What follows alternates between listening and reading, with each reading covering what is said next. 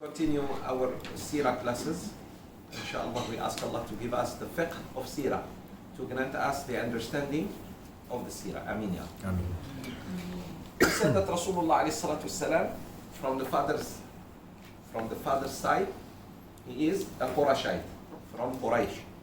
From the mother's side, he is from Medina. His mom is from Medina. His father is from Mecca. And subhanallah, not only his father and mother are buried near Medina, but he himself will be buried in Medina. Muhammad, peace be upon him. So this is why, alhamdulillah, as Muslims, we need to know the history of Al-Medina before Islam and after Islam. Any question so far about what we said last week? Anyone, you thought of something, you verified something? Yes? What do I do? Because every time when I go in the toilet, I feel like something's following me. Following you? Following Following you. Okay, follow her back. Cannot hear, Sheikh. Something following him whenever he goes to the toilet. Yeah, follow her back. That's all. Sir, I think dua ustala Allahumma inna a'udhu bika min al-khubuthi wal khaba'ith. Yeah. I'm just joking first. Shakir is serious. Yeah. There is nothing following you. Okay? It's just in your mind. Somebody scared you. Okay? But Rasulullah sallallahu alaihi wasallam taught us the adab of toilet. Number one, you should not enter the toilet with your right foot. You should always use your left foot. When you are entering the toilet, we enter with the left foot. And before you reach the toilet, you say, Allahumma inni a'udhu bika min al-khubuthi wal khaba'ith. Wallah, I seek refuge in you from male jinn and female jinn. Khubth, male jinn, female jinn, khaba'ith. You enter with the left. You use the toilet, you clean yourself, and you get out with the right foot. Maso, kanan, kiri. Yeah. It means we are still with you. Good. Maso, kiri. Keluar kanan. Kaki kanan. Faham? Saya cakap bahasa Melayu sikit-sikit. Oh, very good. Then, when you get out, you say, Ghufranak. Oh Allah, forgive me. Because look what the human being carried in himself. Nothing. Dirt, only dirt. Urine, dirt. Poop, dirt. So we are nothing. Without Allah, we are nothing. We are just carriers of dirt. That's it. So we have no value as Muslims unless we pray, we fast, we read, we do dhikr, we do ilm like this. Yeah? So nothing will follow you after that. No more. So what's the dua before you enter? Allahumma inni a'udhu bika min al-khubuthi wal khaba'ith. Slowly your father and mother will help you, inshallah. Memorize it. Oh Allah, I seek refuge in you from the male jinn and female jinn. Okay? Then don't be afraid, inshallah. And this happened to you only in your toilet or in other toilets? Other toilets? So it's just in your mind. It's not. Okay? Nothing, inshallah. Nothing is happening. After this dua, nothing, you will not feel that anymore. Okay? When you are you use the toilet, when you get out with your right foot. And you say, Ghufranak. Only one word. Ghufranak. Oh Allah, your forgiveness. Clear? All of you. This is very important dua. Adab of Rasulullah sallallahu alaihi wasallam. Good. What else? Who has another question? Sunnah to wear cap. Cap? Yes. It's sunnah to cover the head for men. And I remind you, even in Europe, men used to cover their head. A gentleman covers his head. That's why the British have something. The Malays have sonko. The Arabs have turban. The Indians have turban. All, even Christian and Jews, they have kufi. You know, Skull cap. that thing that the Jews put here. So it's a sign of high respect to cover your head. Yeah, but not wajib, but highly recommended. Yes, highly recommended. You cover your head. It's not wajib, but it's good to cover. But in the Hanafi madhab, it's wajib to cover the head for salat, for men. Your salat is null and void. According to Imam Abu Hanifa, your salat is batil. Abu Hanifa is very strict about this for a man when he prays. When you pray, you take it off, fine. That's why most Pakistanis and Indians, because they are Hanafis, you see something on their head. They will not pray without it. They will even take off their handkerchief and put it. To them is, that's why if you have traveled, you have seen this. Also the Turks, because they are Hanafis. Only lately people started taking, not covering the head as unnecessary, but it is really. The Malays, Soko, Alhamdulillah, the black one. Okay, good. What else? Something else. Any other question? All right. Alhamdulillah, we reached the moment where Rasulullah ﷺ became a young man. Now, at the age of 8, after losing his mother at the age of 6, he will lose his mom at 6, and then he will lose his grandpa at the age of 8. So the Rasulullah ﷺ really suffered as a child. He didn't see his father. He missed that a lot. Not his mother raised him. Another woman raised him. The moment he went back to his mom at the age of 4 or 5, barely he could bond with his mother. Then the mother will die at the age of 6.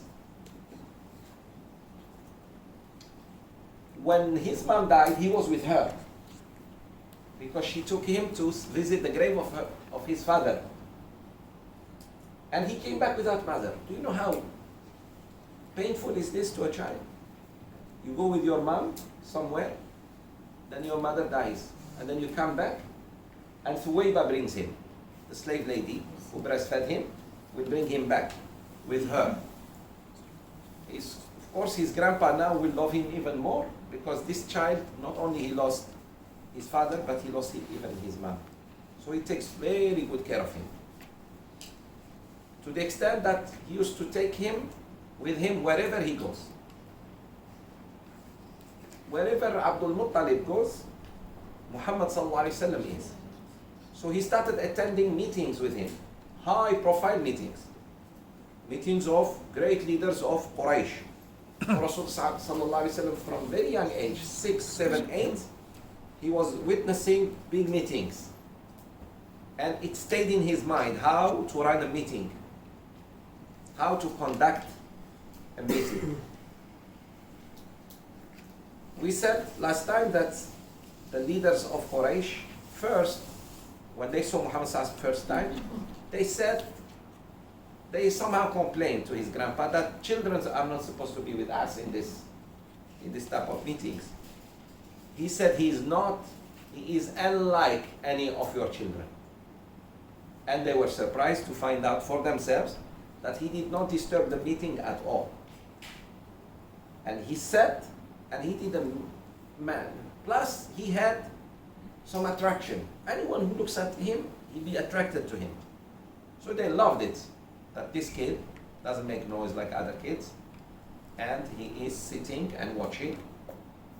And he was very, very polite, sallallahu alaihi wasallam. Never disturbed his uncle or his grandpa or any of those big leaders of Quraysh.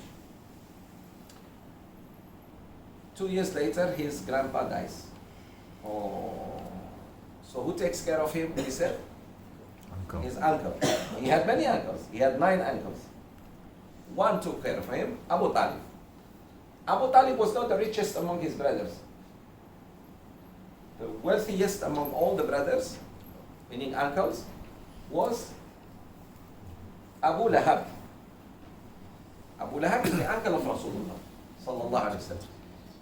But subhanAllah, Allah didn't want that child, special child who will be Prophet Muhammad ﷺ, to go to this bad uncle, but to go to the most kind, although he was not rich.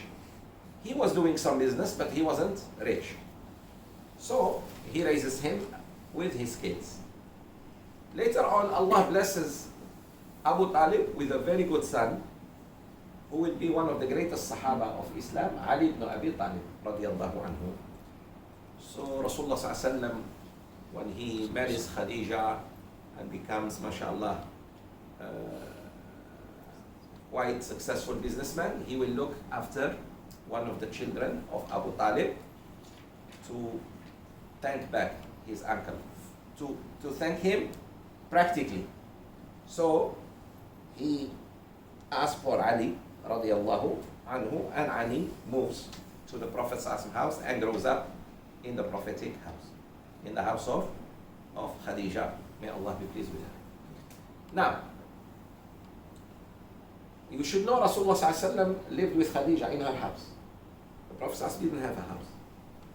So he went to Khadija. Khadija had a bigger house, a nice house, and alhamdulillah, he lived with her there.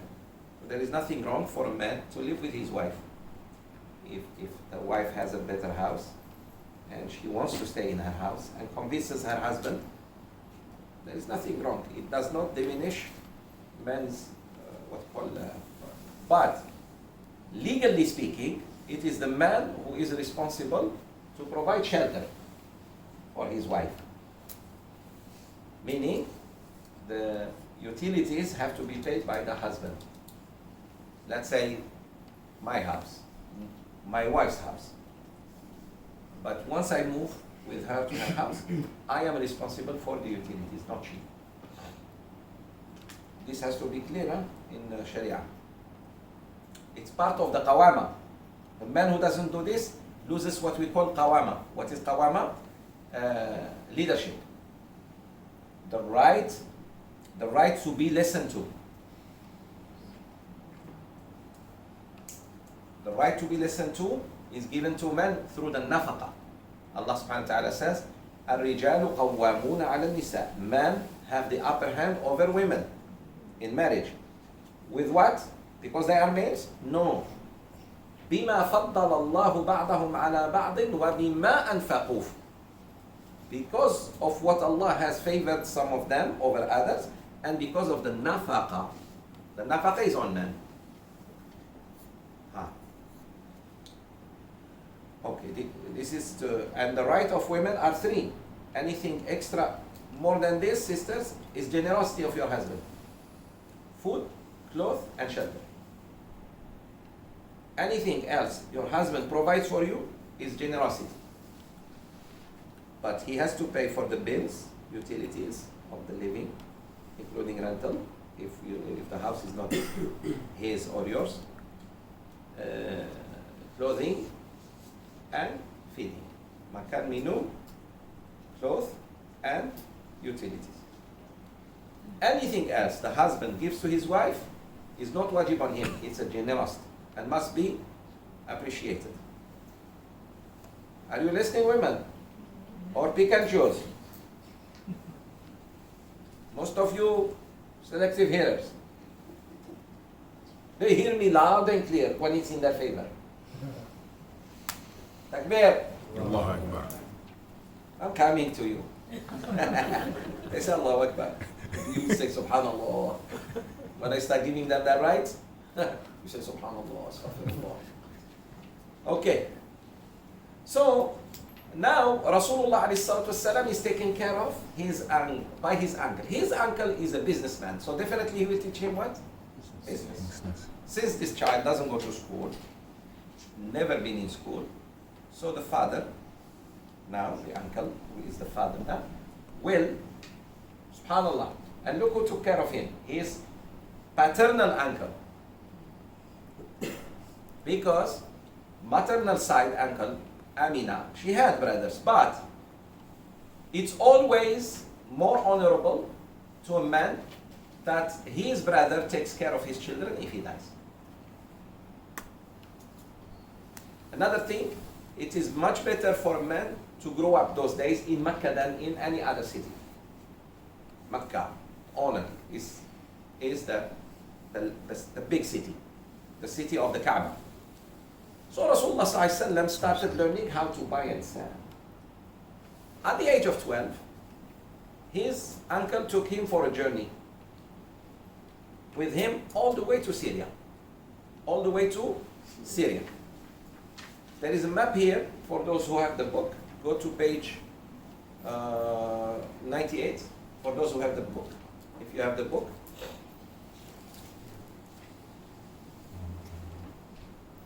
If you have the book, go to 98. If not, just keep look at me.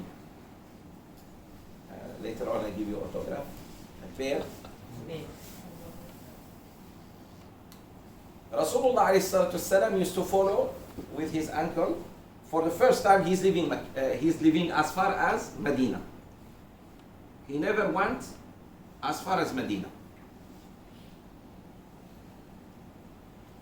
What were the means of transportation? Horses and camels. That's it. So, he goes with his uncle. The caravan takes at least 3 months to reach Syria. Syria is a huge land south of Syria. Before you enter Palestine, you hit Jordan and Syria. Jordan is quite a new word, by the way. The right, even Syria is quite new.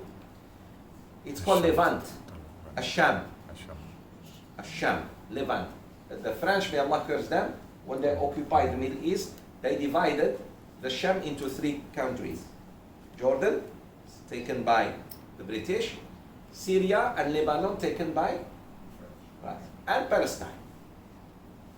So the British took Palestine and Jordan, and the French took Syria and Lebanon. But all this land used to be called Asham.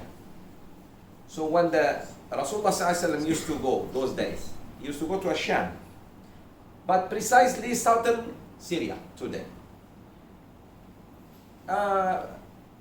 Something very unique happened.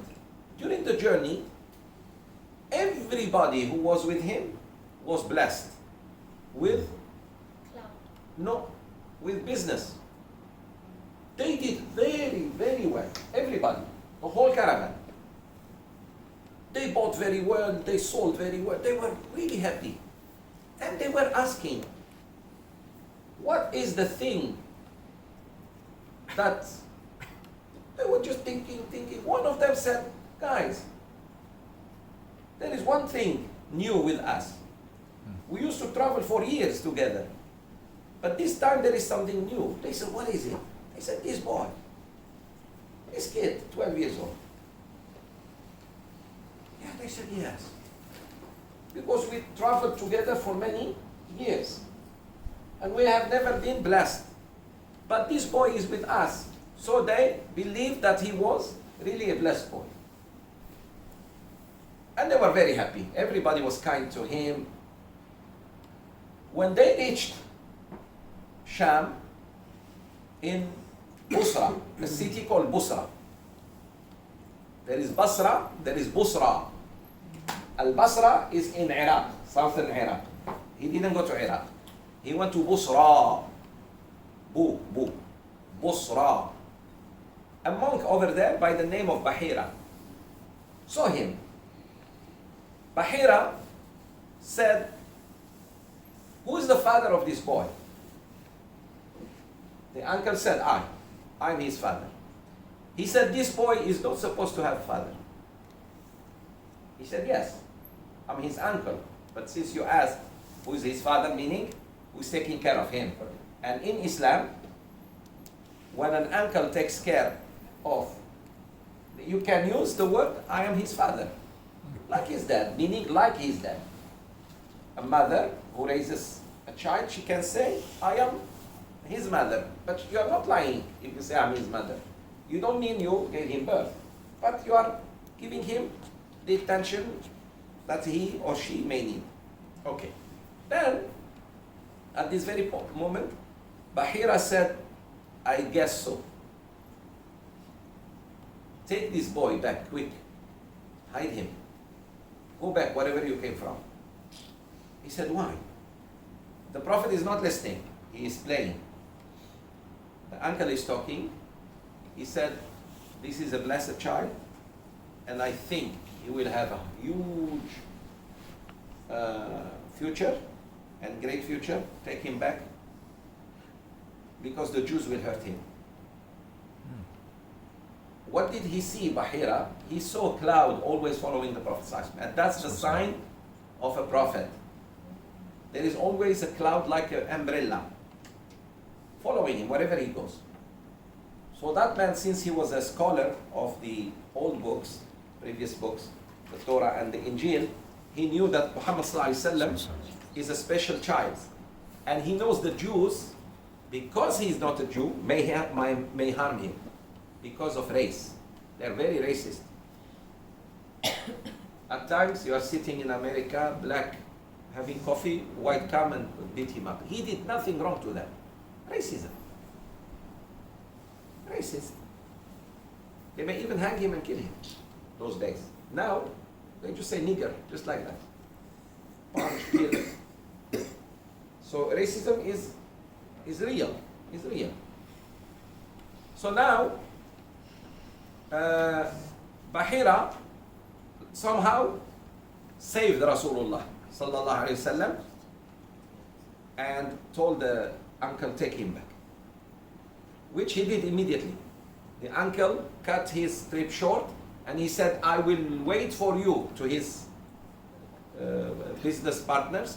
I will wait for you in this rest area somewhere. So they went inside Syria, did buy and sell, and he was waiting with his nephew. He didn't want to take it for granted. Warning. One thing about the Arabs, once you warn them, they take it seriously. Unlike the Jews and the Kuffar, the more you warn them about threats, the more they laugh at you, until they are, yeah. So if you see an Arab not taking a threat seriously, it means he's not an Arab. He is the fake one. He's just wearing like Arabs. Okay? Right. Now, there was a very interesting moment they came back. When they came back, everybody was happy and everybody wanted to see the Prophet again. This 12 years old kid, by the way, who was very helpful to all those men, not just to his uncle. 12 years old, he was serving them, he was doing things for them, holding their camels, holding their horses, take for drinking. So he was a good kid. He was not just a sissy kid like most of our children, just sitting, doing nothing. They don't take initiative. They don't serve. They just sit. Most of them just like it. Not good. Kids must be vibrant. Move here and there. Not when I'm teaching. When I'm teaching, they should be very calm. Takbir. Allahu Akbar. Amir said, why did he look at me? I mean you and your two other friends. Alhamdulillah, they are not here. Otherwise, headache. Takbir. Allahu Akbar. Now you know why I like coffee when I teach children? It's like aspirin for the... The sacrilegious war.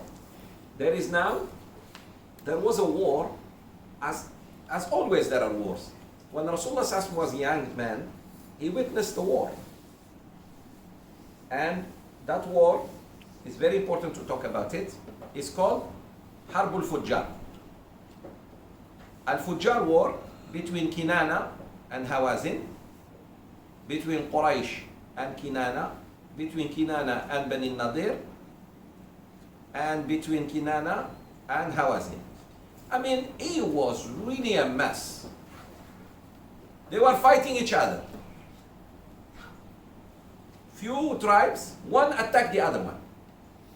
For those who have the map, if you have the map, this book, you look at Quraysh and Kinana. Kinana and Hawazin. These are tribes, by the way. What is Kinana? What is this? These are tribes. Bani Nadir and Hawazin. One attacks the other one. So when he was sallallahu alaihi wasallam 20 years of age, he became now. One thing before I go to 20. When he was 14, so he was either going with his uncle to buy and sell, travel, or he is a shepherd. When he was 14, he was taking care of sheep, and people pay him pennies per day. He, sallallahu alaihi wasallam, heard some music from far. So he said, I wanted to go and see. What is this? What's going on? He said, suddenly Allah made me sleep. He just fell and slept. Slept. When he woke up, it was almost Maghrib and no music. Khalas. The people were tangar. He wanted to go and just see, like any one of us. Allah didn't want him, purified his ears. Doesn't want this man to. He said twice in my life, before being prophet, I tried to see what's going on, like any one of us. And Allah subhanahu wa ta'ala has exempted me, saved me. Because that distorts the heart.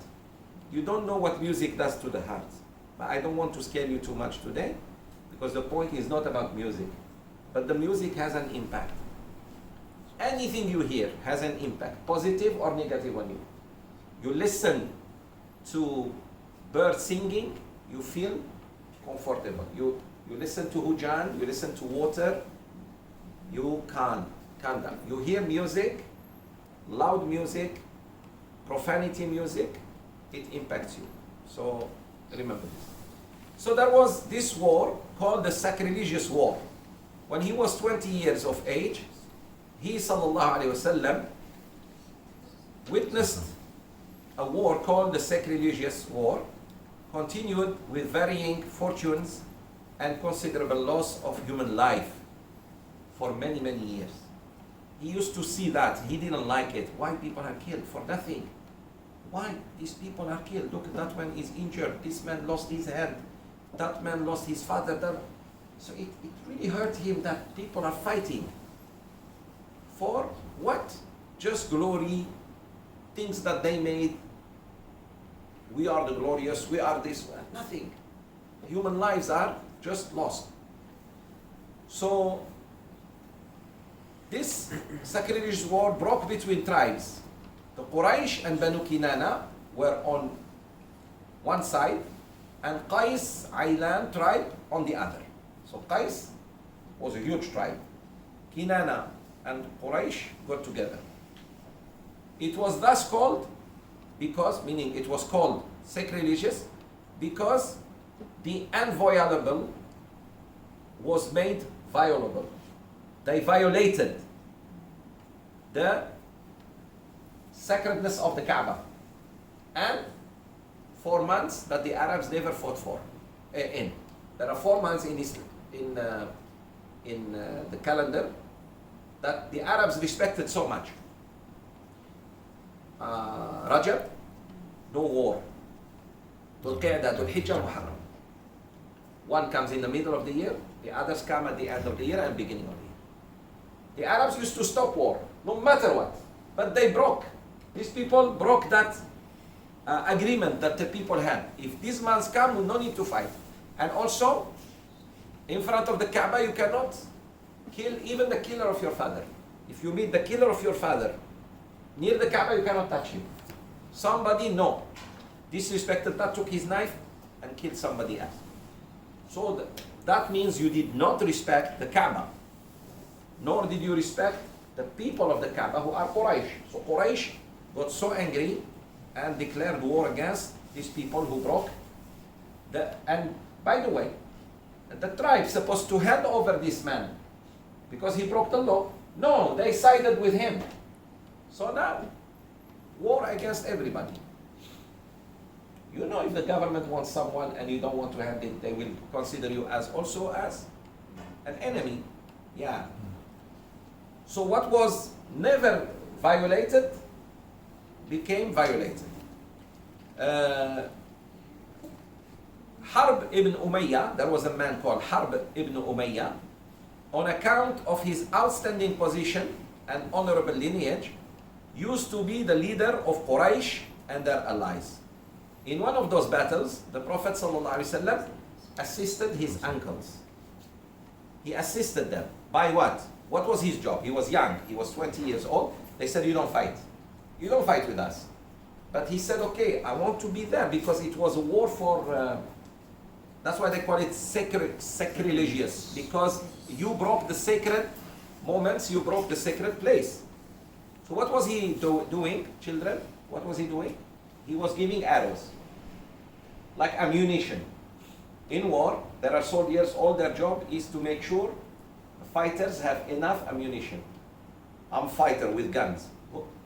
Do I have to look for bullets or keep shooting? Very good. Who brings me bullets? The maid. Or you? Ammar and his brothers. Amir and his brothers. You understand?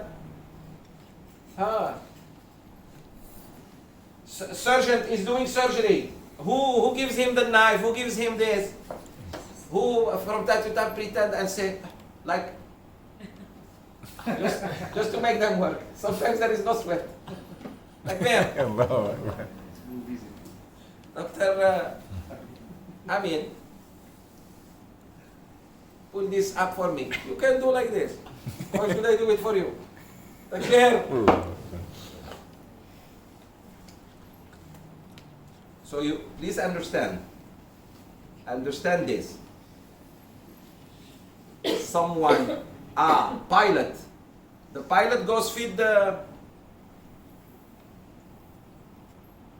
passengers. The pilot go feed them. Pilots. He pays attention to the machines.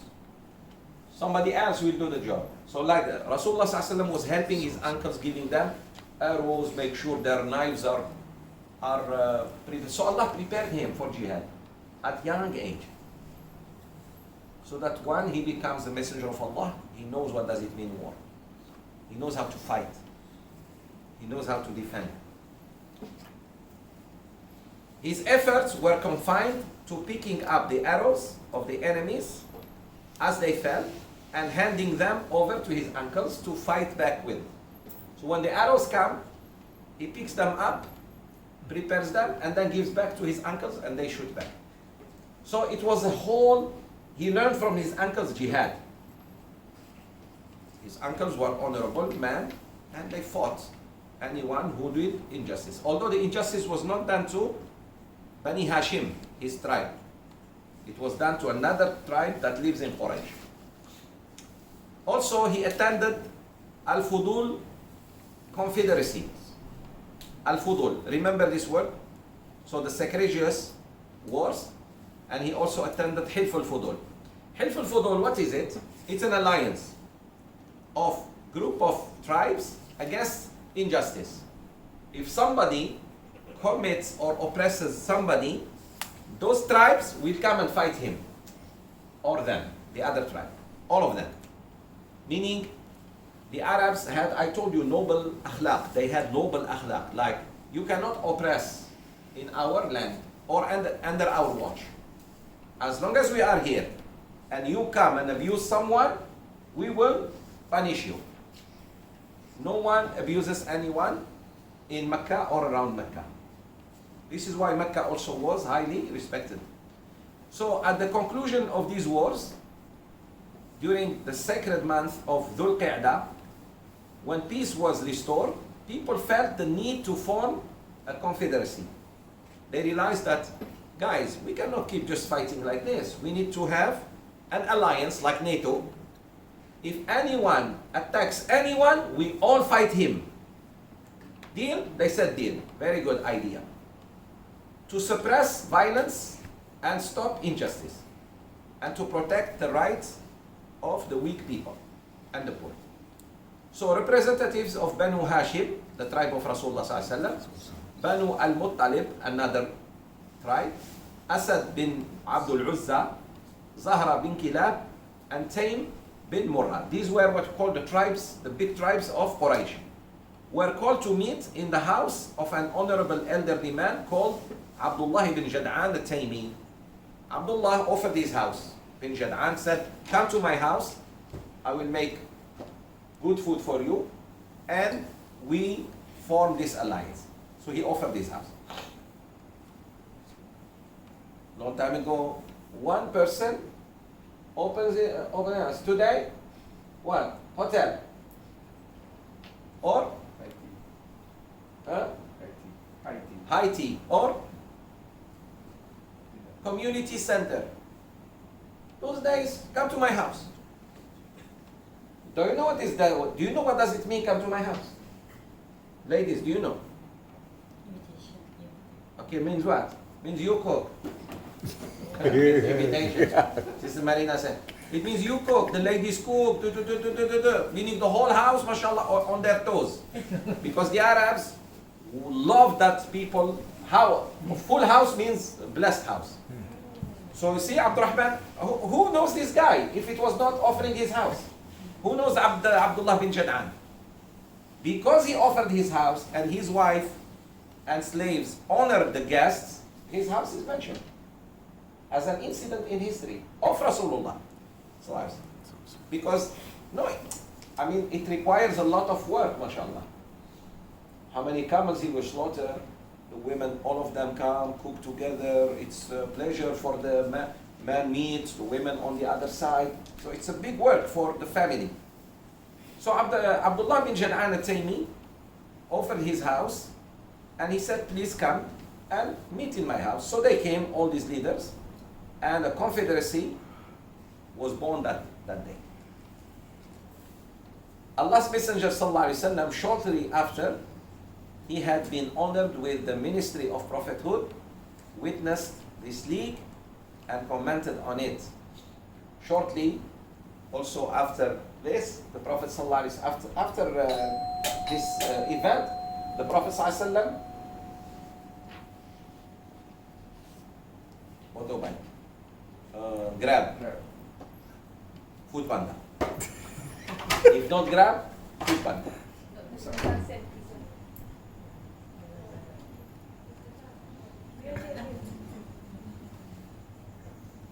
Pizza. Let's eat them.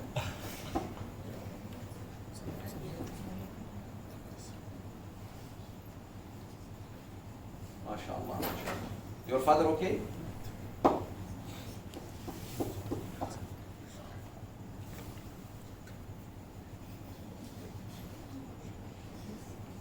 Tell the family of your friend to follow up why that doctor told them that. Yes. To follow up. Negligence.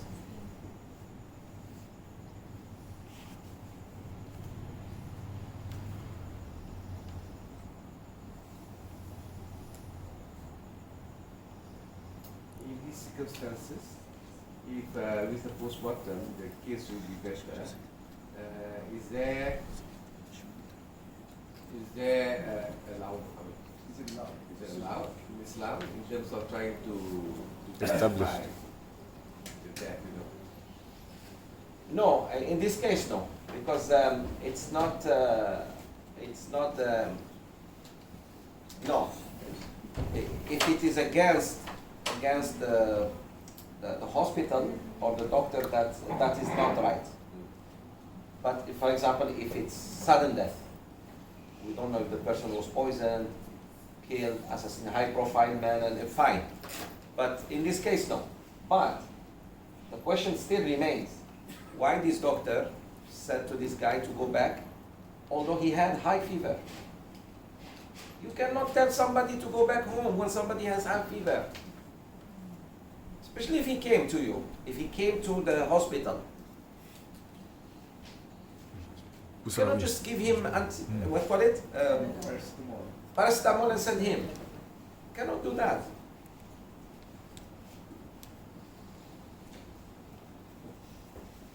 A human life in the Muslim world is, although it's us who came up with the greatest breakthrough in medicine and it's the Muslims.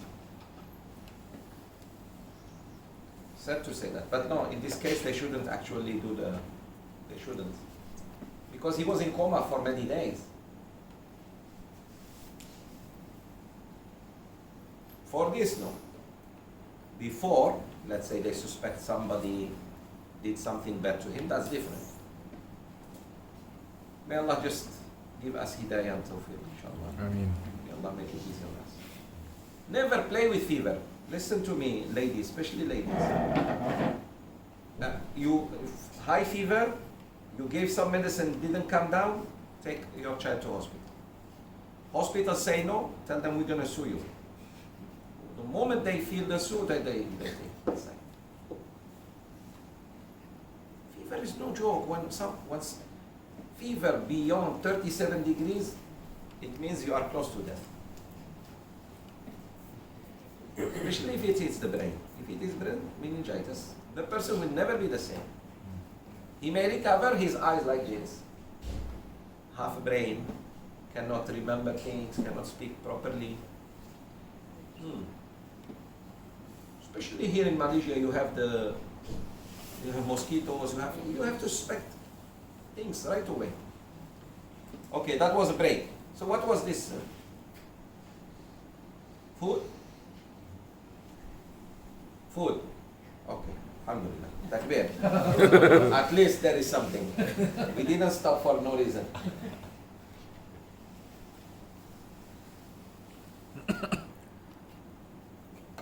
What was the name of the man who offered his house? Abdullah bin Jad'an. Very good. The Prophet ﷺ, shortly after this, he becomes prophet. So, later on, when he becomes prophet and goes to Medina and fights the non-Muslims, he says, by the way, he tells the Sahaba, I witnessed the formation of a federation. If I am invited today to it, as a prophet of Allah, I will join them to fight injustice. Be careful. He joins as leader, not as led. So today we say, Sheikh, can we join Trump? No. Because most Muslims are already under Trump. Rasulullah was under no one. But if, for example, Sweden and Norway wants to fight an unjust oppressor, can we join them in that war? Yes. But it has to be just war. A just war. We don't target civilians, we go just to stop that tyrant dictator who started killing people. That's it. And then we withdraw. Once it's done, so we cannot use this because some people, I hear them say, see, oh, we can bring Americans and fight Saddam. It's not what he meant. Because this is exactly what some Saudi so-called scholars used to justify bringing Americans to liberate Kuwait during 1991, or some of you are not even born. Okay, so Allah's Messenger ﷺ shortly after this became a prophet, and he said, I witnessed the confederacy in the house of Abdullah bin Jad'an. It was more appealing to me than herds of cattle. Meaning, if I was so rich having all the herds of cattle, it's still, I remember that was a good day. It was so good to be there with those men of those days. Noble, although they were non-Muslims, but they were noble. They got together and they said, let's fight injustice no matter who does it. Even now, in the period of Islam, the Prophet ﷺ said, I would respond positively to attending such a meeting if I were invited. He's teaching the Sahaba to join non-Muslims war if it is for a good reason. But you have to be sure. Today, France may call you, let's come and fight terrorists. Hey, you are the terrorist. I will not fight with you, any Muslim. You understand? But, for example, America decides to fight the Burmese government. Yes. Yes. We join. That's what we want. Even when their intention is to cripple China, example, or India. No problem, we go. For us, we save the lives of the Rohingyas. You see what I mean? But when our leaders like Abu Bakr and Omar, with these leaders, they may sell you, send you, get rid of you. You have to be careful, kids. You have to be smart. Never fight with someone who is not in the first row, fighting first. This is a rule. I will not stand up for people who don't want to stand up for themselves. Rule number one. Sometimes you stand up and you are more British than the British themselves. Hey man, it's your problem, right? You go first. You imam. Saya ma'mum.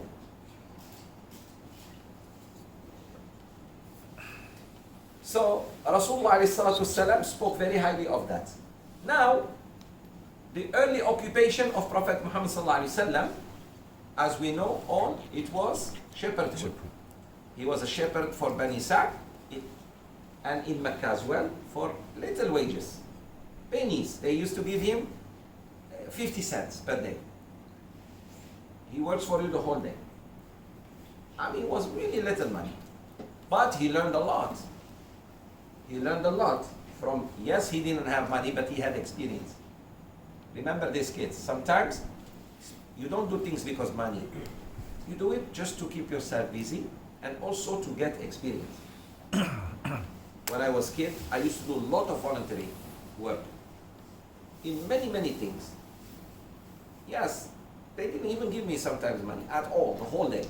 But I learned many things. I learned how to speak to people, what to do, what not to do, how to do something with my hand, how to avoid problems. That's priceless. So at the age of 25, he went to Syria as a merchant for Khadija, radiallahu anha, who hired him. She didn't know him at that time at all, who is he, except that, you know, he is qualified to do business. So she was looking for people to manage the business. By the way, when we say Khadija radiallahu anha, sisters, try to understand this. When we say Khadija radiallahu anha was businesswoman, she was not like the businesswomen of today. She was not meeting man, hi, hello, pakabar. No. She had money. She was mainly an investor, more than a businesswoman. The word I use is investing. She had money that Allah has given her through her father, who was very rich, then through her husband who died and left her a fortune. So she was looking for honest men to give them money. They go do business, and she was so generous that she used to share 50-50. The profit 50-50. Which makes what? Any man wants to work. Do you know what does it mean? The money is mine. Whatever we make, 50-50. And you are jobless. Suddenly money comes. Oh, of course I will work. The capital is yours. I will work. Whatever we do, 50-50. She was generous. So she heard of the Prophet ﷺ, who was not Prophet yet, and she just heard he's good. So she wanted to give him a chance. Do you work? He said, I work. Okay. She sent him with her personal servant who worked for her for years. His name, Maysara. His name is Maysara. Maysara will follow the Prophet ﷺ to Syria. Now the Prophet ﷺ goes to Syria on his own. See the training of his uncle, 12 years old, he took him to Syria, walking. Child abuse today. We will say child abuse. Some of you ladies, if the father, your husband, says to the son, go wash my car. Stop. Oh, why are you abusing my son? Let the son wash the car. No. take them, it's just 20 ringgit.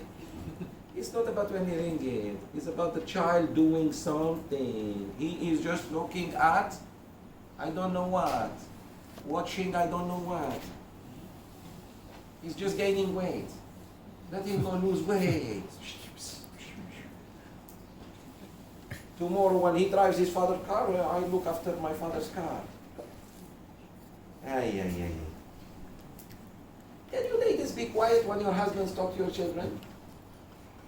Can you just be quiet? Cannot. They have to speak. Some women, when the father is disciplining his children, she has to talk. And that's very bad.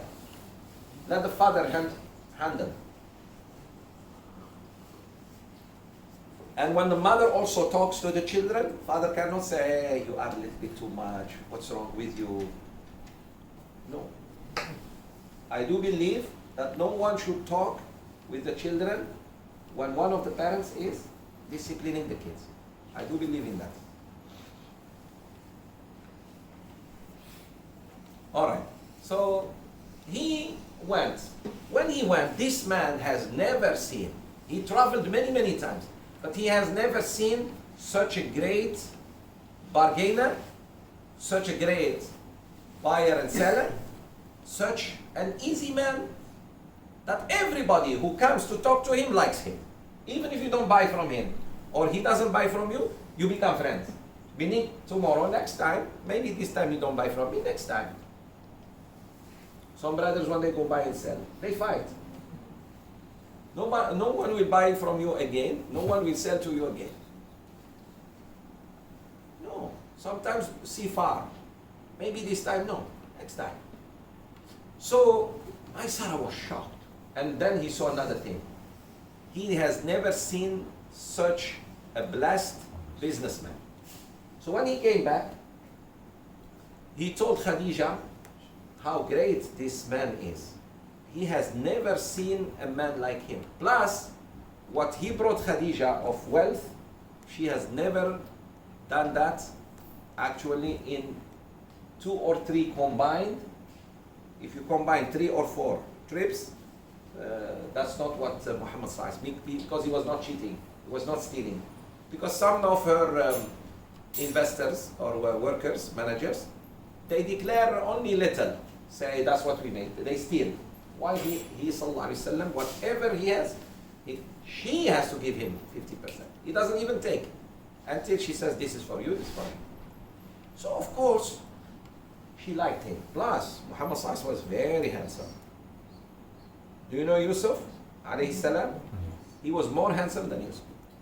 But why his beauty is not mentioned like Yusuf alayhi salam? There is a reason. The beauty of Rasulullah sallallahu alaihi wasallam was not only in his look, it was also in his charisma. He was scary. Scary in terms of what? You love him and scare him at the same time, are afraid of him at the same time.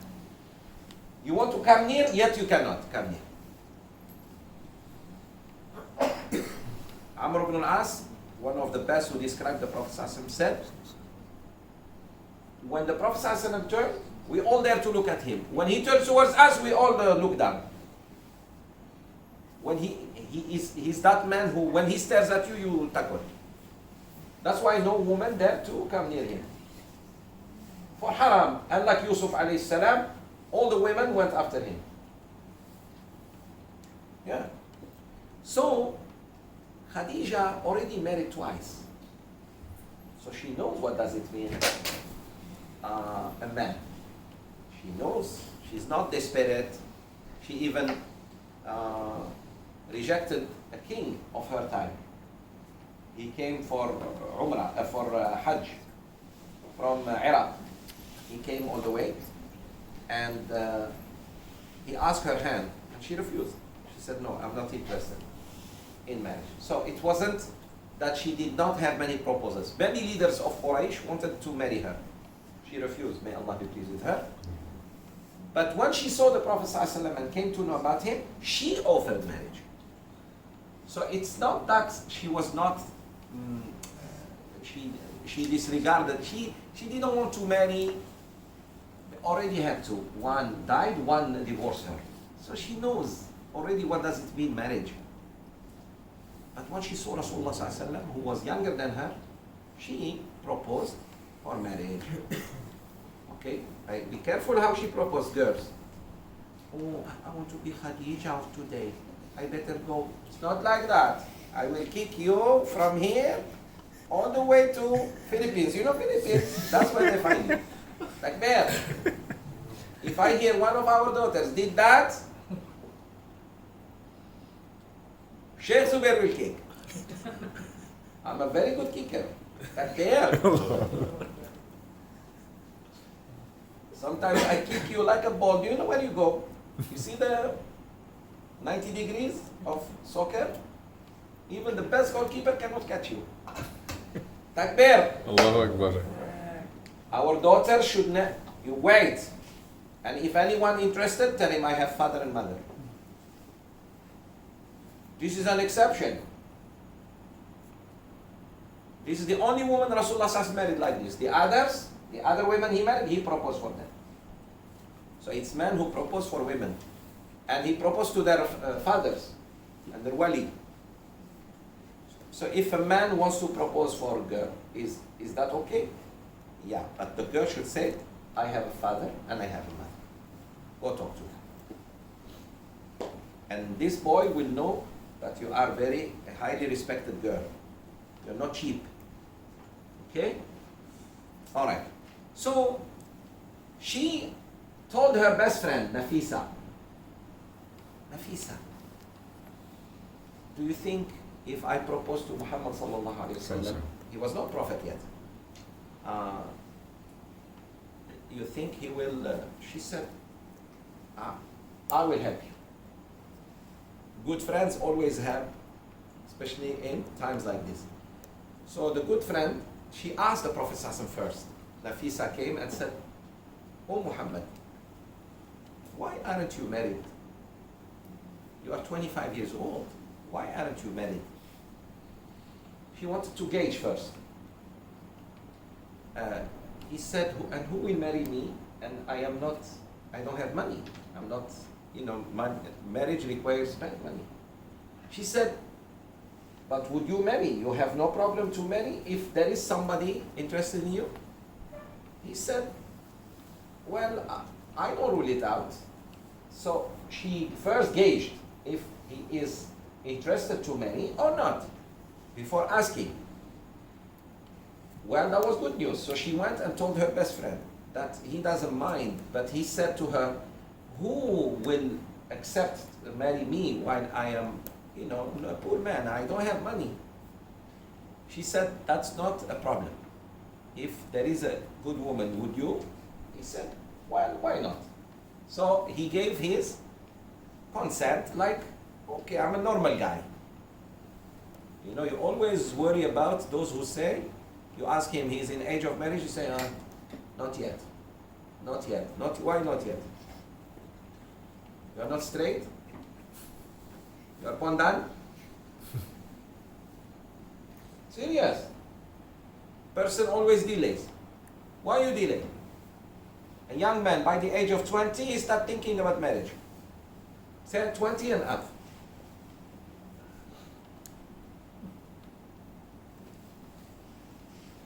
So she went back to him and she said, Khadija is proposing.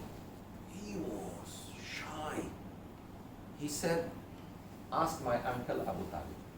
Look what he said. He referred the matter to his uncle. He didn't do things behind. Of course, Nafisa said, yes, you are right. I will go and talk to your uncle. So she went and talked to the uncle. The uncle was happy because of the reputation of Khadija. Khadija was highly respected by all men and women in Mecca. Her father was one of the leaders of Quraysh, I told you. And he was the best friend of the grandfather of the Prophet ﷺ. So the uncle called his brothers. He called Abu Talib Abu Talib called Abu Lahab, Al-Abbas, and Hamza. And he said to them, there is an issue, because this is a family issue. Never bring somebody to your family your father and mother are not in agreement with. Today our youth are doing things behind the back. You force on me this new son-in-law or this daughter-in-law. You don't force. So there should be shura first. Shura.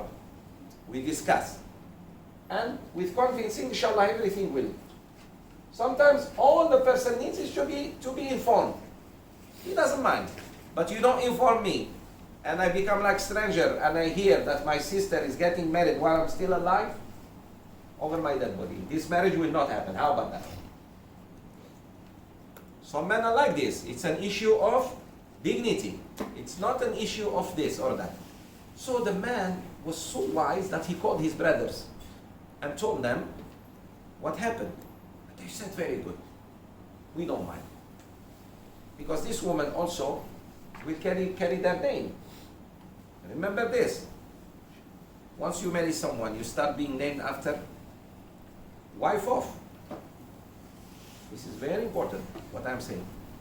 So, alhamdulillah, the marriage soon after took place, and alhamdulillah, Khadija and Muhammad sallallahu alaihi wasallam were married and became husband and wife. Amazingly, kids, Khadija is the mother of all the children of Rasulullah sallallahu alaihi wasallam. Allah blessed her womb.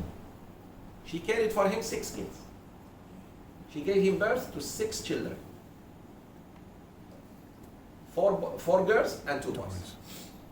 Al-Qasim and his brother Abdullah and Ruqayya, Zainab, Kulthum, and the last and the youngest, Fatima. May Allah be pleased with them all. The 2 boys died young. And the other 4, all of them died except one, in the life of Rasulullah. So, the other girls died after their mother, but the boys died before their mother. Al-Qasim and Abdullah died while Khadija was still alive. So Rasulullah ﷺ not only witnessed orphanage, he witnessed losing children. Please understand this.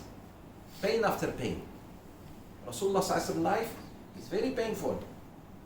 Allah is preparing him. So when Allah is giving you pain, He is not harsh on you. He's preparing you for something big. And let me tell you, some of the problems you are facing today, if you didn't have few problems few months, few years ago, you will crack by now. Imagine this problem you are having now, whatever problem you are having now. Imagine 2 years ago you didn't have a problem that was solved. Allah prepared you to take this problem. Oh, now I know why Allah tested me with few things in America before they took me to jail. I remember very well now. If He did not do that, and this will come, He will break you. You will go crazy in jail or in...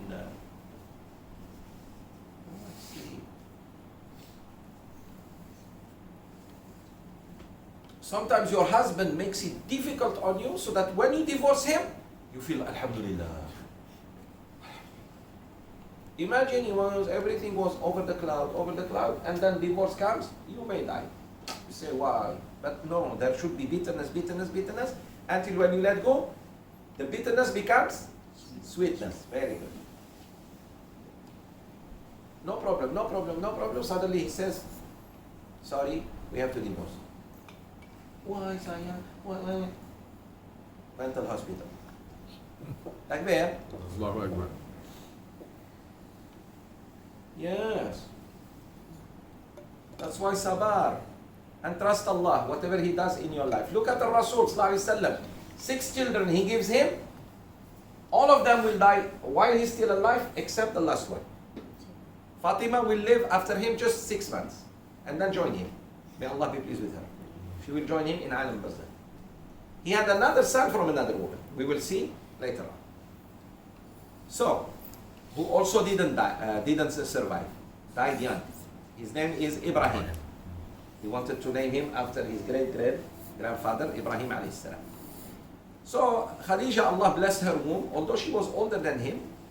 Allah subhanahu wa ta'ala wanted his children to come only from Khadija. May Allah be pleased with her. If we tell you who is Khadija, that's another story. That's, alhamdulillah, I made a good lecture last Saturday, just last 2 Saturdays ago.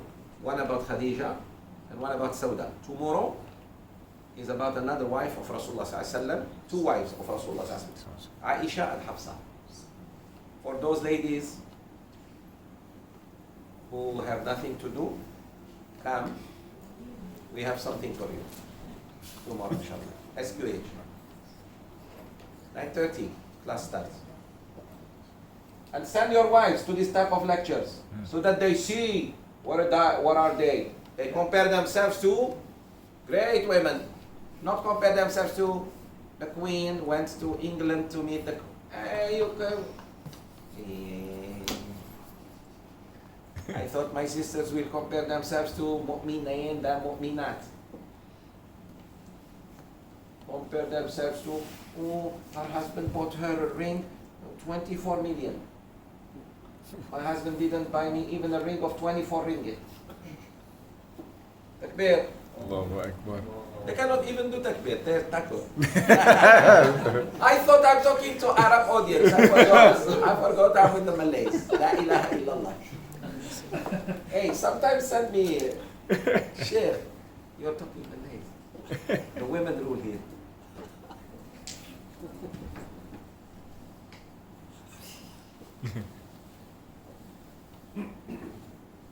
Takbir. Allahu Akbar. You know who are really ruled by their women? The Indians. Hey, the man pretends he has power. Indian woman. India, not India, Malaysia. India, Malaysia, little. They try. India.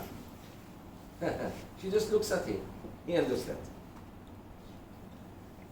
Khalas.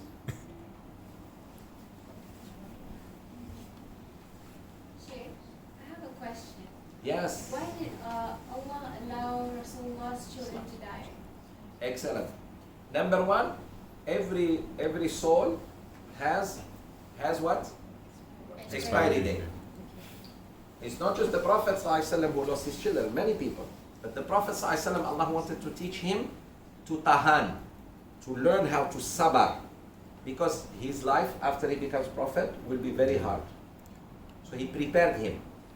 One of the ways to prepare someone to tahan is to take his children. So he gave him the taste of parenthood, but says no. Second, his sons died so that there is no inheritance in Islam. If he had a son, then he becomes, after his father, the leader. Right? Not prophet, but leader. And look at the problem that happened after the death of Rasulullah. He didn't leave a son, and look at the problem. Shia, Sunnah. Imagine, this is just his nephew, Sayyidina Ali, and some Shia want to worship Ali. If he had a son, there will be more problems. So Allah subhanahu wa ta'ala says, here are children, 3 sons, enjoy being father for a few months. I take them so that he knows how to teach us also how to be good to kids, because he was a father himself. He was a grandpa later on. You got it? Yeah. And the girls, no problem, he gave him girls, and Fatima survived. But in Islam, it's always a son. The son of the man, the son of the woman, not the girl. The girls don't carry. If you have a girl only, and she has, no matter how many sons she has, she will carry only her father's name, but the children will never carry her name. They carry their father's name. That's why we say binti father, must, so that no man runs away from his responsibilities also as a father and as husband. Nafaqa, he doesn't run away from nafaqa. You know what is nafaqa? Alimony. Alimony. He has to pay for his children. Pay until they reach certain age. After that, that's it. Sheikh, when a person dies, usually when the name is mentioned, it's usually Yes. Why? No, not when he dies. Yawm al-Qiyamah will be called by mother. No, but when you bury someone, the talqin, we call them. There is no talqin. Yeah, it's all wrong. Yeah. The talqin and no.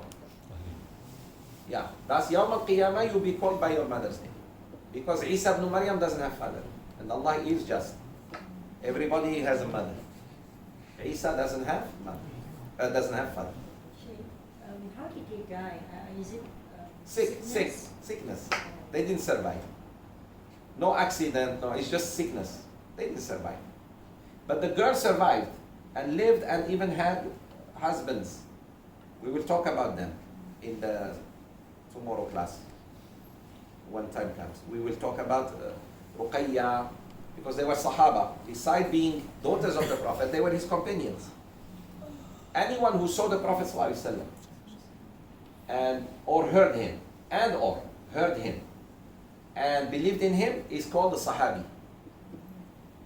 Who is a Sahabi? Any man or woman who believed in the Prophet ﷺ, in Allah and His Messenger, saw him, heard him, or at least heard him, because some Sahaba were blind, they couldn't see, but they heard the Prophet. If you hear the Prophet speaking, you are a Sahabi, you are called companion.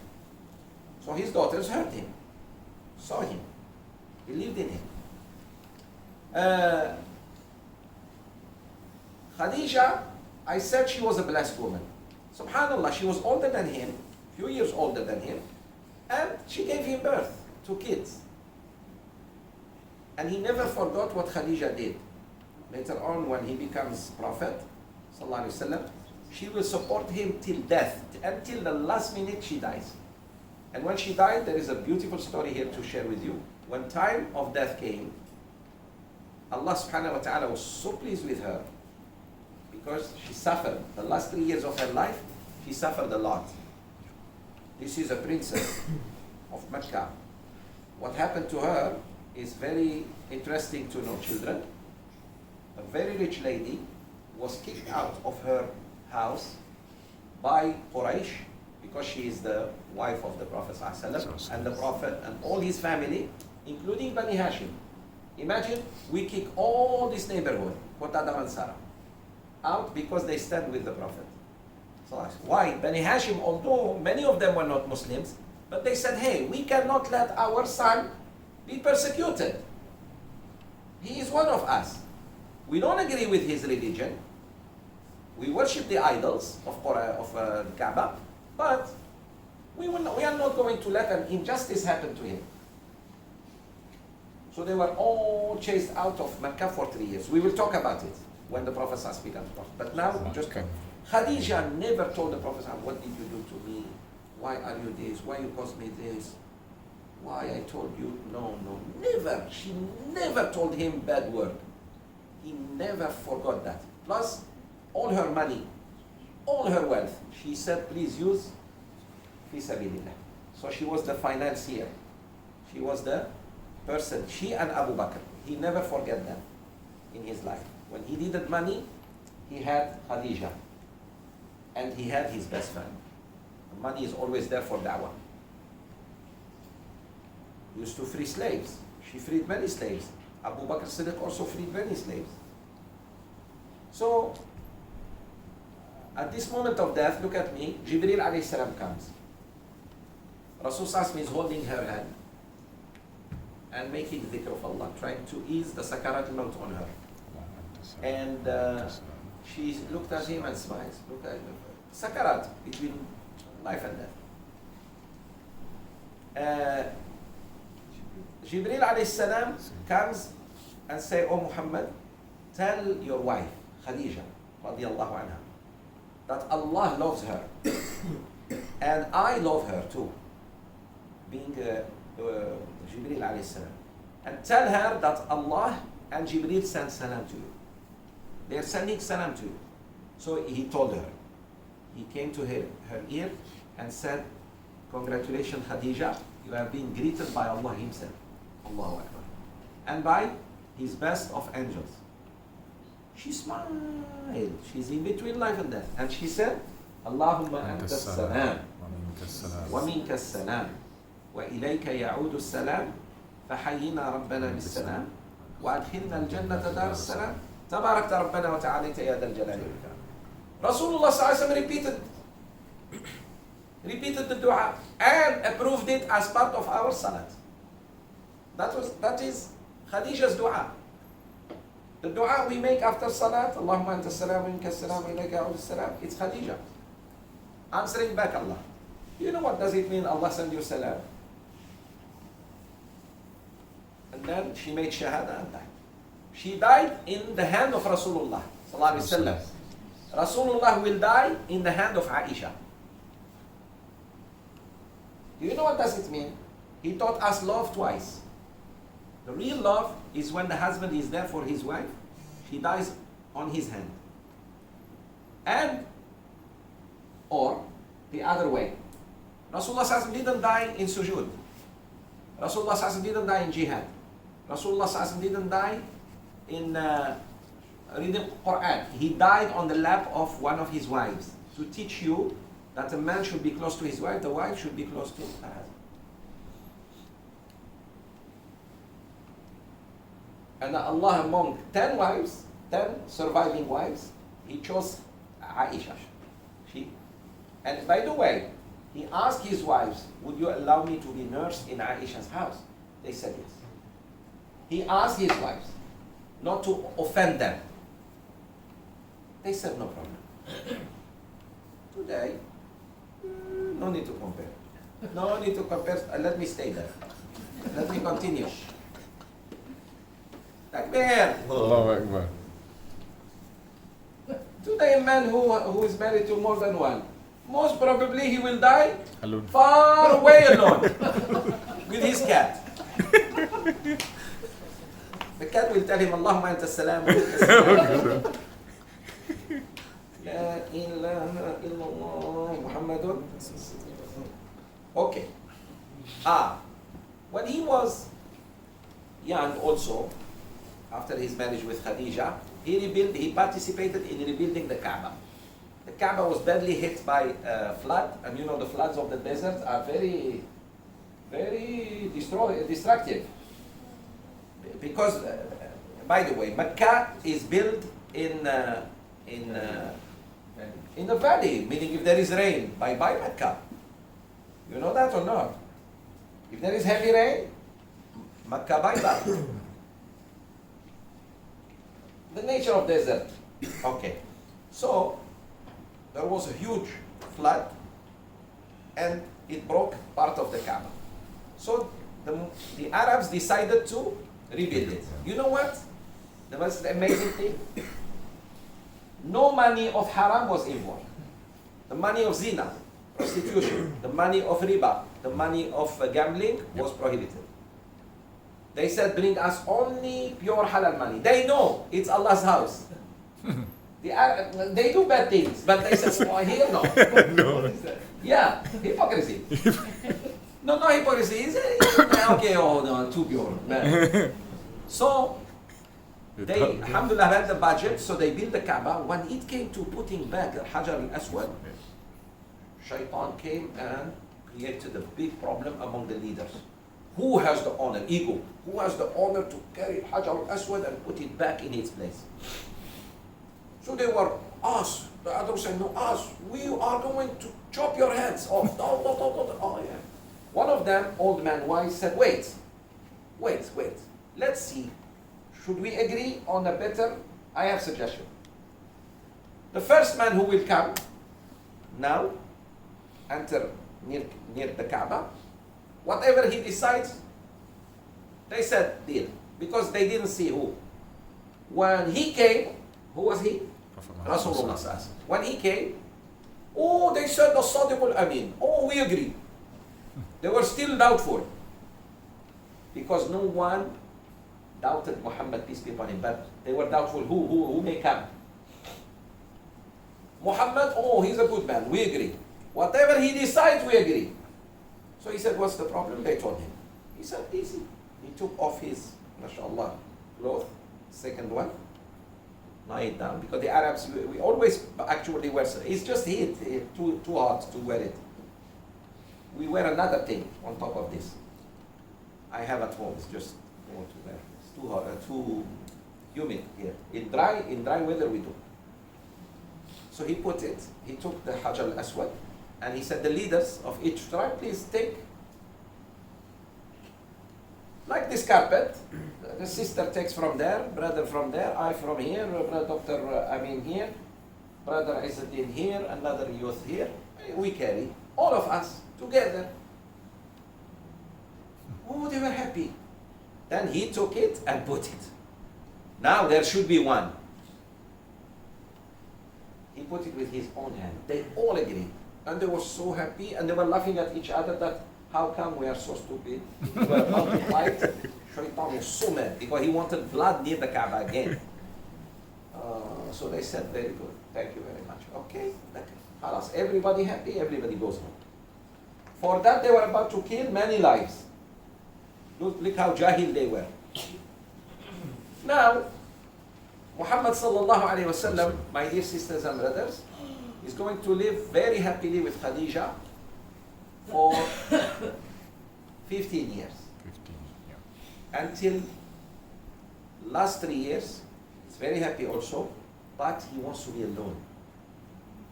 He developed that sense of being alone. He doesn't want to mix with people. He is reserved. During the day he's with you, but during the night he doesn't want to meet people. Even during the day, so he started telling Khadija, take care of yourself and the kids. I'm going to the mountain. He likes mountain. He loved mountains. The Prophet ﷺ loved to be on the mountain. So he goes there. There is a cave, very hard to get in, and even more dangerous to get down. For those who have visited that cave, and to the youth I say, do. When they go to Umrah, let somebody take them by taxi. They try to climb. 2 hours to reach, and 4 hours to come down. Why? Coming down is more dangerous because stiff. You have to be very careful. There is one way to come down very fast. Just jump.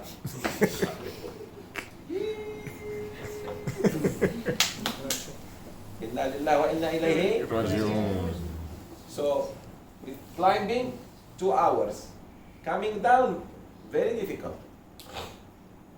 So he used to go there. He grew up with the mountains. He is a mountainous man. All his childhood. So, it's a piece of cake for him. He goes there, he contemplates. The last 3 years, he dreams a lot. He sees dreams. And whatever he sees happens. Which is part of prophethood. Rasulullah ﷺ says, الرؤيا الصالحة جزء من النبوة.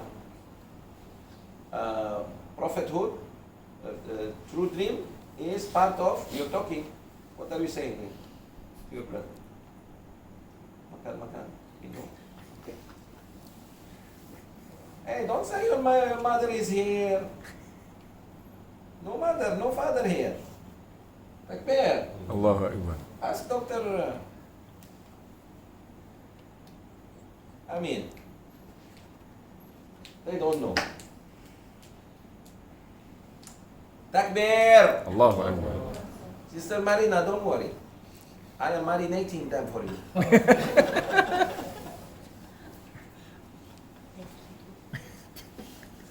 Do not talk in Sheikh Zoubir's class unnecessarily. You have something, Sheikh? Can I ask a question? No problem. I'm here to answer. After class, let's talk up. What I was saying. Where I was. Dreams. He goes to the mountains. Last 3 years, he likes to go, but he never stayed more than 2 nights. This time, at the age of 40, he doesn't come for 3 nights. 3 nights is a long in the desert. Plus, he took only the food of 1 day. She gave him the food and water, so why he didn't come? She's worried now. She's really worried because the scorpions bite, bye-bye. And he's lonely. So his uncle worried, Khadija worried, his best companions worried. Because he had friends before he became prophet. Abu Bakr was his best friend. And he had a servant, slave. His name? Zayd bin Haritha radiallahu anhu. who Rasulullah sallallahu alaihi wasallam was so good to him. By the way, he was a gift by Khadija. Khadija bought Zayd bin Haritha and gave him to Rasulullah sallallahu alaihi wasallam. She went to the market, there are slaves. She bought this young kid and she offered to the Prophet. She said, this is a gift to you, to serve you, to look after you, whatever you say, go get me, run some errands and this. Zayd was named Zayd bin Muhammad. The Prophet was so good to him that people were saying, no, he can't be his slave. That's his son. Imagine, he buys this, he buys him. He buys this for himself. He buys this slave. He wasn't slave. He eats with him. He rides with him. While all slaves only carry something, umbrella for them. No, you work for me. So they said he is his son. Can't be, no, cannot be slave. He is his son. The way he treats him, that's exactly what the father treats his son. So when his father and uncle found him, Zayd bin Haritha, they came and brought a lot of money to ransom their son. So they told Prophet Muhammad sallallahu alaihi wasallam, I am his father and this is his uncle. We would like to pay you to take our son because he was taken from war.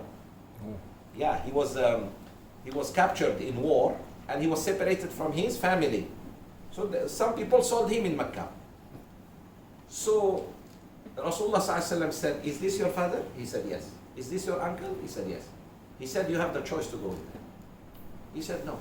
Dad, he treats me better than you. Wallahi, don't worry. Tell mom I'm fine. I am fine. And I will come and see her. But I am with this man who... So the father was so happy that his son is not forced to stay. It's his choice. And he saw how Rasul, when he told him who is he, in terms... he is not prophet yet. When he told him who is he, the son of who, the grandpa is who, oh, he said, my son, you're lucky. You're lucky you are with this man. We will come from time to time to Mecca to see you. That's all. Alhamdulillah. His father was happy. Went back to the mother, said, we found him, he is alive, don't worry. She was worried, of course, as like any other man. So if Rasulullah was abusive, do you think this man will, Dad, take me, please, give more money, I want to go with you. Rasulullah treated him so good that people used to, no, it's not his slave. That's not his slave. What is his name? Zayd bin Haritha, radiallahu. So he was adopted son. Yet in Islam there is no adoption, you know that. But there was no ayah yet. There was no Quran. He was not prophet.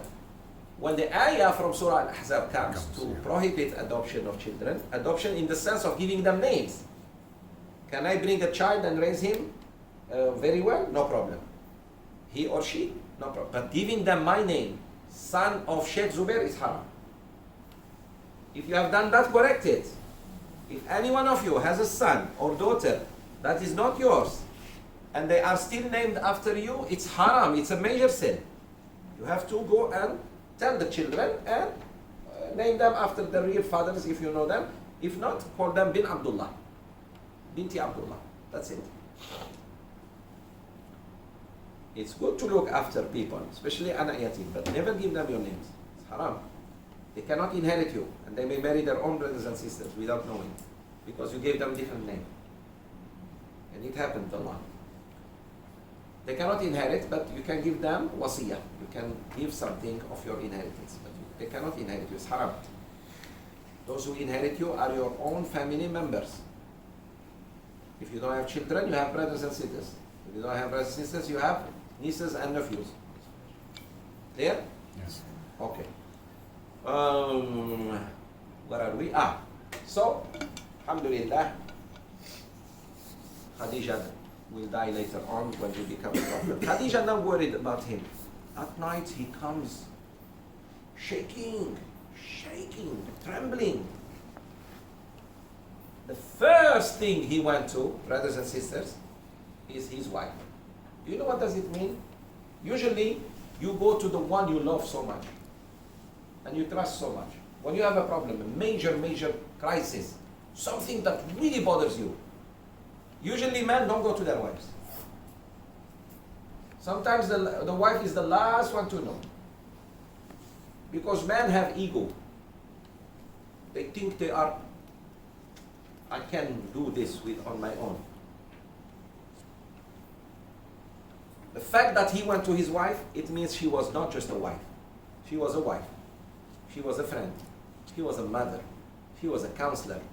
And this is why Allah chose her older than him. Because what he is going to face requires a very strong lady. Very mature lady. A lady who is not after dunya. She passed that. You take one too younger than you. Hey. Sayan, get ready. You are in the car waiting. She's still fixing her. You know? You know those things? Cannot open the eyes like this.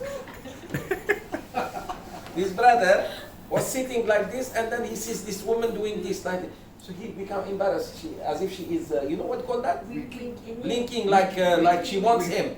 And he's panicking. Poor lady, actually she was trying to open her eyes. Because she put those big stuff. Yeah. Actually cannot open the eye anymore. Idiot. Eyelashes. Idiot. That's one of the reasons that makes me run away from a woman is that. They think I am interested. I'm not interested at all. La ilaha illallah. So imagine young, she wants to look beautiful. Oh, big problem. Big problem. So she was already beyond that. Plus she was, alhamdulillah, financially, she doesn't bother him. We need this, we need that. This man has a huge responsibility to save mankind. So that woman was chosen for him. Do you understand now why Allah chose that woman for him? Everything is designed by Allah. Jodo, qada and qadar. Later on, when he goes to Medina, he will marry younger. Young girl whose father is quite okay, the mother is there. So when the Prophet ﷺ is busy in jihad and this, he goes to her mom and stays with her until he comes back. But not in the beginning of da'wah. Makkah, persecution and this and that. It's very important, huh? These lessons, try to... And this is Seerah, this is not Sunnah. Now when the Prophet ﷺ, we end now. When the Prophet ﷺ married Khadija old, that's not wajib, that's not Sunnah. The best actually age of marriage is, the best marriage is between men and women same age. If, that's the best. She is same year or close. She is older than him few years, or he is older than half few years. But big gap difference, no good. Especially if the woman. Sheikh, but Khadija is Khadija. Are you Khadija? Is your husband Rasulullah? So as to tahan all the nonsense.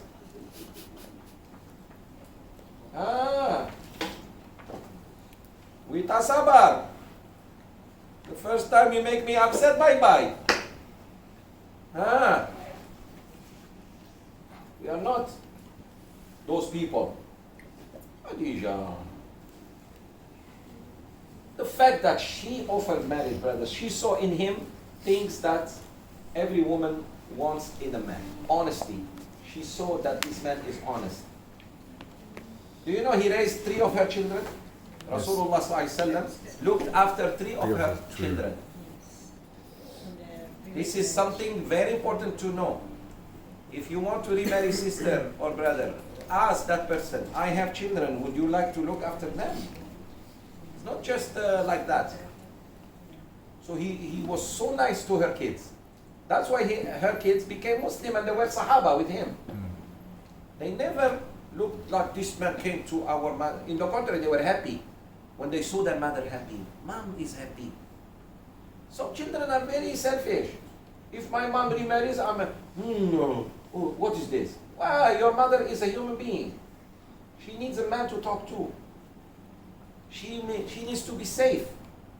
She needs someone to be in the house. Okay, you stay with your mother 24 hours. Cannot. You as a son or daughter, stay with your mother 24 hours. take her to shopping, take her to class, take her to a meeting. Cannot, because you also have you, boy or girl. Sometimes we see the father suffering. The wife left him and died. And the children are like, no, you don't want another one who will take our mom's. No one will take your mother's place. Who told you this? Shaitan. Selfish children. Sheikh, I have a question. Slightly off tangent a bit, because I was reading about Imam Mahdi, and it Why was are you reading about Imam Mahdi? You're preparing yourself? Like there. a hobby. Okay. It's a hobby. It was said in that book he will be a descendant from Prophet Muhammad SAW. Is that true? Yes, yes. But he doesn't have any surviving No, son. from the female. The From, female. yeah, but he's not descendant. Technically, he's not. Oh, okay. Because the descendants of Rasulullah SAW. actually is from Fatima. Fatima. But Fatima female. So actually, there are no descendants. Technically, if you follow the fact that the Arabs say he's my descendant only if he is your son. Son, right. Son, like this. But he will be from Fatima. Fatima, definitely. And he will be Arab. Not Sayyid Pakistan, Malaysia. he will be in Medina. In Medina. Muhammad bin Abdullah, his name Yes, also. correct. That's why the Saudis today, they monitor anyone whose name is Muhammad, son of Abdullah. If your father is Abdullah and you are Muhammad, and you are born in Medina, you are under the radar. Because that boy will be so good, one day he will come, he memorizes the Quran, the Hadith, this, and then people are sick and tired of the rulers that they give him bay'ah. They say, Yeah, please. please, yeah. He said, no, not in Medina, in Mecca. So he goes do tawaf, and then people give him bay'ah. Then, They stand after the killing of one king, a king will be killed. So who's king? Most probably Muhammad bin Salman. In my humble opinion. His father is about to die anyways. But this guy is still young and he has made many big mistakes. Not mistakes only Islamically speaking, to the family, to the royal family. Yeah. Was he born in Medina? He will be Yes. born in Medina. He will be born in Yes, citizen of Medina. Not Iran. So forget, tell the Shia he's not going to be one of them. I tell it directly to them. And not in Malaysia. Forget. But there is a lineage from Hussein. They say Hussein. Yes, yes, No, Hussein. not Hussein. For sure, I think from Hassan. I do believe Hassan. Because Hussein, radiallahu anhu, was married to 4 wives. Only the children of the Persian, of Shanaz. Shanaz is one of the 4 wives of Sayyidina Hussein. What happened to the other wives who were Arabs and had many children with him? Why they are not mentioned by the Shia? To show you that Shiism is all about race. It's not about really, it's about race. Because Persian, she was Persian. So the children of the Persian are the 12 Imams, the descendants of the 12 Imams. We tell them, we know your name. What happened to Hassan and his children? The Aban? They don't mention at all. We will come to this. We will come to this. As we go to history, we'll come to this. So we stop here, my dear brothers and sisters. Rasulullah sallallahu alaihi wasallam, mashallah, comes back to her with trembling. What happened that night? We continue, inshallah. And that was his first night of being prophet. It was a Monday, it was Laylatul Qadr, and it was Ramadan. That Allah revealed that verse on him. But there was no month Ramadan to be fasted yet. But that night, it was a Monday, because Rasulullah said, I was born on a Monday, and I was sent to you on a Monday, and he died on a Monday. And he loved Monday, he fasted Monday.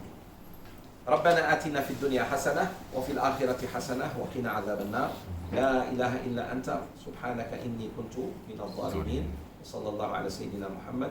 May Allah bless our dear brother Zayd, our dear sister Rosida. Ameen. Rosida. May Allah bless this house, Ameen. all those who live in this house, Ameen. the children, Afiq and whoever lives here. Ya Rabbil Alameen, give Rahman Barakah in this house, give a lot of blessings. The youth, may Allah bless them all. The Ameen. parents who come, all of you, my dear sisters, for asking, for participating into the discussion. Jazakumullahu khairan. La ilaha illa anta subhanaka inna kunna min al-zalimin. Inshallah, we talk about the signs of the Day of Judgment in another lecture. What is waiting for us?